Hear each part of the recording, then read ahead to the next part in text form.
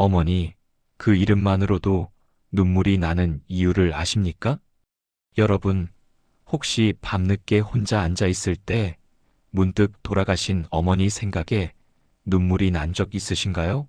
아니면 지금도 살아계신 어머니께 전화 한 통 드리지 못한 채 하루를 보내고 후회한 적은요? 오늘 제가 들려드릴 이야기는 여러분의 가슴 한구석을 파고드는, 그리고 어쩌면 오래전 잊고 지냈던 어머니의 사랑을 다시 떠올리게 만들 그런 이야기입니다. 1972년 가수 나훈아가 부른 모정의 세월이라는 노래를 기억하시나요? 동지 섣달 긴긴 밤이 짧기만 한 것은 근심으로 지새우는 어머님 마음. 이 노래 한 소절만 들어도 가슴이 먹먹해지는 건 우리 모두의 어머니가 바로 그런 분이셨기 때문입니다. 오늘은 이 노래에 담긴 진짜 이야기, 그리고 우리 주변에서 실제로 일어난 한 어머니와 딸의 이야기를 들려드리려 합니다. 이 이야기를 듣고 나면 여러분은 당장이라도 어머니께 전화를 걸고 싶어지실 겁니다. 박영숙 씨, 올해 75세 이 할머니는 평생 단 한 번도 자신을 위해 산 적이 없었습니다. 경기도 어느 작은 마을에 사는 박영숙 할머니? 1950년생인 그녀는 22살에 결혼해서 3남매를 낳고 키웠습니다. 남편은 성실했지만 가난했고, 영숙 씨는 새벽부터 밤늦게까지 일을 해야 했습니다. 남의 집 식모살이도 하고, 공장에서 미싱도 돌리고, 시장에서 채소 장사도 했습니다. 그땐 정말 힘들었어요. 하루 3시간도 못 자고 일했죠. 그래도 우리 애들만큼은 절대 배 옮기고 싶지 않았어요. 남들처럼 학교도 보내고 싶었고요. 영숙 씨의 손은 굳은 살로 가득했습니다. 겨울에도 찬물에 빨래를 했고, 여름에도 찜통같이 뜨거운 공장에서 일했습니다. 그렇게 30년을 일했습니다. 큰딸 민지, 아들 준호, 막내딸 수진. 세 남매는 어머니의 헌신 덕분에 모두 대학을 나왔고 좋은 직장에 취직했습니다. 애들이 대학 졸업할 때 그게 내 인생에서 제일 기뻤던 날이었어요. 내가 이루지 못한 꿈을 애들이 이뤘으니까요. 하지만 자식들이 성공하면서 아이러니하게도 영숙 씨는 점점 더 외로워졌습니다. 큰딸 민지는 서울에서 변호사로 일하며 바쁜 나날을 보냈고, 아들 준호는 미국으로 유학을 갔다가 그곳에서 직장을 잡아 이민을 갔습니다. 막내딸 수진만 같은 도시에 살았지만 그녀 역시 회사 일과 육아로 어머니를 자주 찾지 못했습니다. 2023년 가을, 영숙 씨는 건강검진에서 췌장암 3기 판정을 받았습니다. 의사는 조심스럽게 말했습니다. 6개월에서 1년 정도 시간이 남았습니다. 영숙 씨는 그 자리에서 무너져 내렸습니다. 죽음이 두려워서가 아니었습니다. 자식들에게 짐이 될까봐 그게 가장 무서웠습니다. 애들한테 말해야 하나 말아야 하나. 며칠 밤을 고민했어요. 특히 미국에 있는 준호는 걱정할까봐 차마 말을 못하겠더라고요. 결국 영숙 씨는 막내딸 수진에게만 조심스럽게 이야기했습니다. 수진은 충격에 눈물을 쏟았지만 어머니는 오히려 수진을 다독였습니다. 울지 마. 엄마는 괜찮아. 언니랑 오빠한테는 나중에 얘기하자. 지금은 다들 바쁘잖아. 수진은 당장 언니 민지에게 전화를 걸었습니다. 하지만 민지는 중요한 소송을 앞두고 있었고 전화를 받자마자 바쁘다는 말만 반복했습니다. 수진아, 미안한데 지금 정말 급해. 나중에 다시 전화할게. 그리고 전화는 끊어졌습니다. 수진은 다시 미국에 있는 오빠 준호에게 메시지를 보냈습니다. 하지만 시차 때문인지 바쁜 일상 때문인지 답장은 이틀이 지나서야 왔습니다. 엄마가 아프시다고? 걱정되네. 근데 나 지금 프로젝트 막바지라 한국 가기 힘들 것 같아. 치료비는 내가 보낼게. 수지는 그날 밤 어머니의 집에서 함께 잤습니다. 어둠 속에서 어머니의 가는 숨소리를 들으며 수지는 깨달았습니다. 자신도 언니도 오빠도 모두 어머니를 사랑하지만 정작 어머니 곁에는 아무도 없었다는 것을요. 그로부터 한 달 후 영숙 씨의 몸은 눈에 띄게 쇠약해졌습니다. 항암 치료가 시작되었습니다. 영숙 씨는 매주 병원을 다녔고 수진이 모시고 갔습니다. 하지만 수진도 직장 생활과 육아를 병행하며 어머니를 돌보는 게 쉽지 않았습니다. 회사에서는 자꾸만 조퇴하고 결근하는 수진을 곱지 않은 시선으로 바라봤고 집에서는 남편이 불평했습니다. 여보, 당신 요즘 집안일도 제대로 못하잖아. 아이들 학원 보내는 것도 내가 하고. 장모님 간병은 중요하지만 우리 가족도 좀 생각해줘. 수지는 그날 밤 혼자 화장실에서 소리 없이 울었습니다. 어머니도 중요하고 남편도 중요하고 아이들도 중요한데 모든 것을 다 할 수 없는 자신이 한없이 무능해 보였습니다. 그러던 어느 날 영숙 씨가 수진에게 말했습니다. 수진아, 엄마 요양원 좀 알아봐 줄래? 너 너무 힘들어하는 거 엄마가 다 보여? 미안해서 어떡하니? 엄마, 무슨 소리예요? 제가 모실 수 있어요? 아니야. 엄마는 괜찮아. 오히려 요양원 가면 편할 것 같아. 너희들한테 짐 되기 싫어. 수지는 그날 처음으로 어머니 앞에서 대성통곡했습니다. 엄마가 무슨 짐이에요? 엄마는 평생 저희만 생각하고 사셨잖아요. 이제는 제가 엄마를 돌봐드려야 하는데. 하지만 현실은 냉정했습니다. 큰딸 민지는 여전히 소송에 매달려 있었고 주말에 한 번 어머니 병원에 들렀다가 또다시 일 때문에 서둘러 떠났습니다. 아들 준호는 치료비를 보내주긴 했지만 정작 한국에 올 생각은 하지 않았습니다. 엄마, 제가 연말에 꼭 갈게요. 조금만 기다려주세요. 영숙 씨는 자식들을 원망하지 않았습니다. 오히려 자신이 자식들에게 짐이 되는 것이 마음 아팠습니다. 내가 왜 이렇게 오래 사나? 애들 인생에 방해만 되네. 그날 밤 수지는 오래된 사진첩을 꺼내 들었습니다. 사진첩 속에는 어린 시절의 모습들이 가득했습니다. 초등학교 입학식 날 어머니가 수진의 손을 잡고 환하게 웃고 있는 사진. 중학교 체육대회 날 도시락을 싸서 와준 어머니의 모습. 대학 졸업식 날 누구보다 기뻐하며 눈물을 흘리던 어머니. 사진 속 어머니는 항상 웃고 있었습니다. 하지만 수지는 이제야 알았습니다. 그 웃음 뒤에 얼마나 많은 고생과 희생이 있었는지를요. 수지는 언니 민지에게 급하게 전화를 걸었습니다. 언니, 우리 정신 차려야 해요. 엄마 인생이 얼마밖에 남지 않았는지 알기나 해요? 소송이 중요해요? 아니면 엄마가 중요해요? 민지는 순간 말문이 막혔습니다. 동생의 날카로운 목소리에 자신이 얼마나 잘못하고 있었는지 깨달았습니다. 미안해, 수진아. 내가 너무 이기적이었어. 내일 당장 시간 낼게.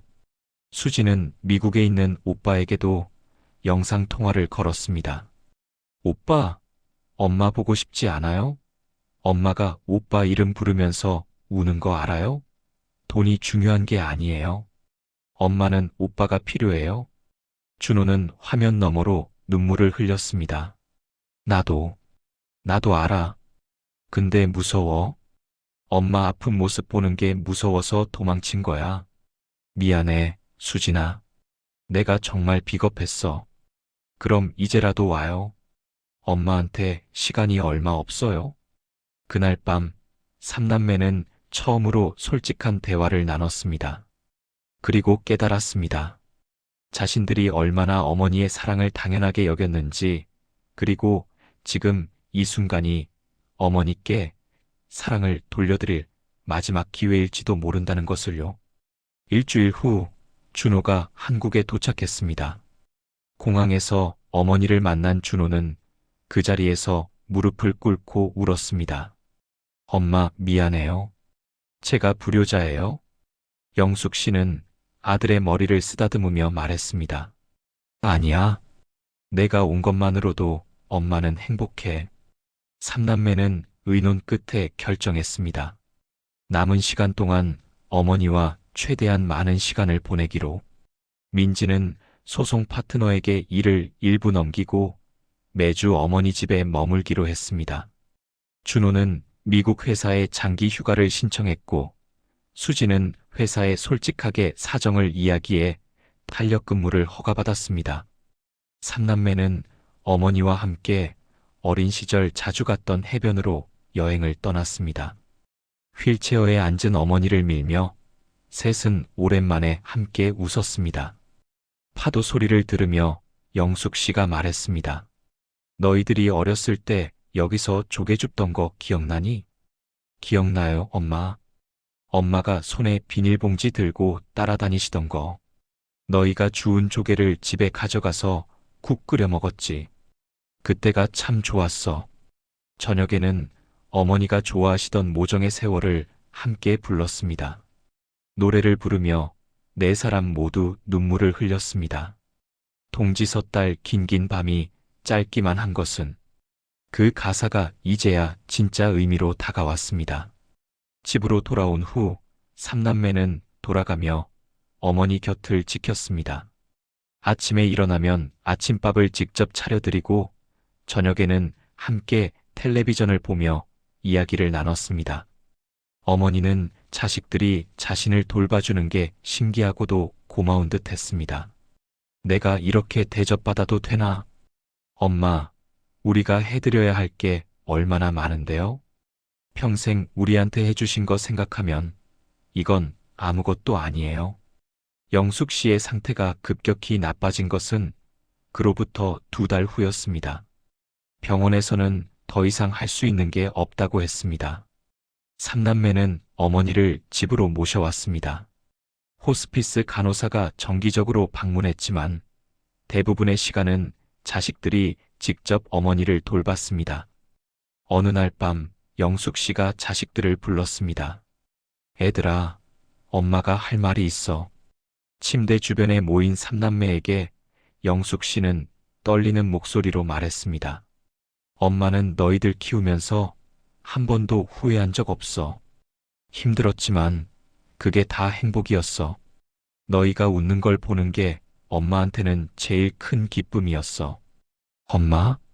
그리고 말이야. 요즘 너희가 엄마 돌봐주는 거, 그게 얼마나 고마운지 몰라. 엄마는 너희들 덕분에 정말 행복한 마지막을 보내고 있어. 그러니까 나중에 엄마가 가고 나서도 너무 슬퍼하지 마. 엄마는 충분히 행복했어. 삼남매는 모두 울었습니다. 그리고 각자 어머니께 말씀드렸습니다. 민지가 먼저 말했습니다. 엄마, 저 엄마한테 너무 못했죠? 일만 중요하게 생각하고. 정말 미안해요. 엄마가 저한테 가르쳐준 사랑을 이제야 알겠어요. 준호가 이어갔습니다. 엄마, 저 미국에서 돈 많이 벌면 다 잘 될 줄 알았어요. 근데 진짜 소중한 건 엄마 곁에 있는 거였어요. 이제야 깨달았어요. 수진이 마지막으로 말했습니다. 엄마, 저는 엄마처럼 살고 싶어요. 제 아이들한테도 엄마가 저한테 해주신 것처럼 사랑을 주고 싶어요. 엄마가 제 인생의 영웅이에요. 영숙 씨는 자식들의 손을 하나하나 잡으며 말했습니다. 너희들이 엄마의 자랑이야. 사랑해. 그날 밤 영숙 씨는 평화로운 얼굴로 잠들었습니다. 그리고 사흘 후 삼남매가 모두 지켜보는 가운데 조용히 숨을 거두었습니다. 마지막 순간까지 자식들의 손을 꼭 잡고 있었습니다. 장례식이 끝나고 삼남매는 어머니의 방을 정리하기 시작했습니다. 서랍 속에서 낡은 공책 하나가 나왔습니다. 어머니가 평생 쓴 일기장이었습니다. 첫 페이지를 펼치자 1975년의 기록이 나왔습니다. 오늘 민지가 초등학교에 입학했다. 새 옷을 사줄 돈이 없어서 이웃집에서 물려받은 옷을 입혔다. 민지는 웃으며 예쁘다고 했지만 내 마음은 아팠다. 언젠가 꼭 민지한테 예쁜 옷 사줘야지. 페이지를 넘기자 1982년의 기록이 있었습니다. 준호가 오늘 축구 시합에서 이겼다고 자랑했다. 그렇게 기뻐하는 모습을 보니 내가 다 기쁘다. 내일은 준호 좋아하는 갈비찜을 해줘야겠다. 장날에 싸게 파는 고기를 사다가 1990년의 기록도 있었습니다. 수진이가 오늘 대학 합격 통지서를 받았다. 너무 기뻐서 울었다. 우리 막내가 이렇게 잘 컸구나. 고생한 보람이 있다. 그리고 마지막 페이지 2023년의 기록이 있었습니다. 요즘 아이들이 나를 돌봐준다. 내가 평생 바랐던 게 이것이었나 보다. 아이들이 내 곁에 있어주는 것. 나는 정말 행복한 엄마다. 이렇게 살다 가면 여한이 없겠다. 삼남매는 일기장을 읽으며 한참을 울었습니다. 어머니의 평생이 자식들을 위한 것이었다는 걸 새삼 깨달았습니다. 장례식 후 첫 번째 명절, 삼남매는 어머니 산소에 모였습니다. 묘비 앞에서 셋은 다짐했습니다. 엄마, 우리 서로 자주 만나기로 했어요. 그리고 우리 아이들한테도 엄마가 우리한테 해주신 것처럼 사랑해주기로 했어요. 민지는 이제 일주일에 한 번은 꼭 가족 시간을 갖습니다. 준호는 1년에 2번은 한국을 방문해 가족들과 시간을 보냅니다. 수지는 아이들에게 할머니 이야기를 자주 들려줍니다. 그리고 세 사람 모두 어머니가 사랑하던 모정의 세월을 들을 때면 눈물을 흘리며 감사합니다. 그 긴 세월 동안 자신들을 사랑해준 어머니께. 여러분, 오늘 이 이야기를 들으시면서 어떤 생각이 드셨나요? 어쩌면 우리 모두가 영숙 씨의 자식들과 같을지도 모릅니다. 바쁜 일상 속에서 부모님께 전화 한 통 드리지 못하고 나중에 하다가 후회하는 그런 자식들 말입니다. 하지만 아직 늦지 않았습니다. 지금이라도 어머니께, 아버지께 전화를 드려보세요. 사랑해요라는 말 한마디를 건네보세요. 주말에 시간을 내서 부모님 댁에 들러보세요. 나훈아의 모정의 세월처럼 부모님의 사랑은 한없이 이어지는 것이지만 우리가 그 사랑에 보답할 수 있는 시간은 한정되어 있습니다. 가지 많은 나무에 바람이 일듯 어머님 가슴에는 물결만 높네. 이 노래 가사처럼 자식이 많든 적든 부모님은 항상 우리를 걱정하고 사랑합니다. 이제는 우리가 그 사랑을 돌려드릴 차례입니다. 오늘 이 영상을 보신 후 꼭 부모님께 연락드리시길 바랍니다. 그리고 사랑한다고, 감사하다고 말씀드리세요. 나중에 후회하지 않도록.